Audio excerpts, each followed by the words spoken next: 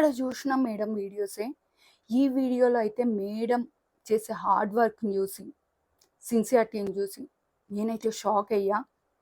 Madam నుంచి చాలా నేర్చుకోవాలి. మనం మనకు అన్నం పెట్టే వర్క్‌కి సిన్సియారిటీగా హార్డ్ వర్కింగ్ చేస్తే అది ఇచ్చే సాటిస్ఫాక్షనే వేరు. అండ్ కొంతమంది అంటారు గవర్నమెంట్ జాబే గదా! ఆ! కానీ ఆ గవర్నమెంట్ జాబ్‌కి రావడానికి ఎంత కష్టపడాలో దాని వాల్యూ ఏంటో తెలుసుకోలేరు. వన్స్ జాబ్ వచ్చాక కొంతమంది అంటారు, మస్తు డబ్బు గవర్నమెంట్ జాబు, అది ఇది కూర్చొని తినొచ్చు అని.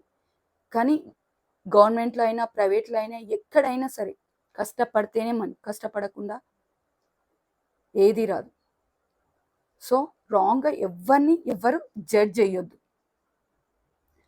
ఇంకా కొంతమంది వర్క్ చెయ్యకుండా ఖాళీగా కూర్చునే వాళ్ళకి కూడా చెప్తున్నా. ఏదైనా సరే మనం కష్టపడి పని చేసి రూ. 10 తీసుకోవాలి గానీ, ఉట్టి పుణ్యానంగా, ఉచితంగా అండ్ అడ్డంగా డబ్బులు సంపాదించాలి అని మాత్రం ఎప్పుడు అనుకోవద్దు. ఈజీ వేలో మనీ రావాలని ఎప్పుడు అనుకోవద్దు. మనం కష్టపడాలి, న్యాయంగా మనకు మనీ రావాలి. అలా థింక్ చేయాలి.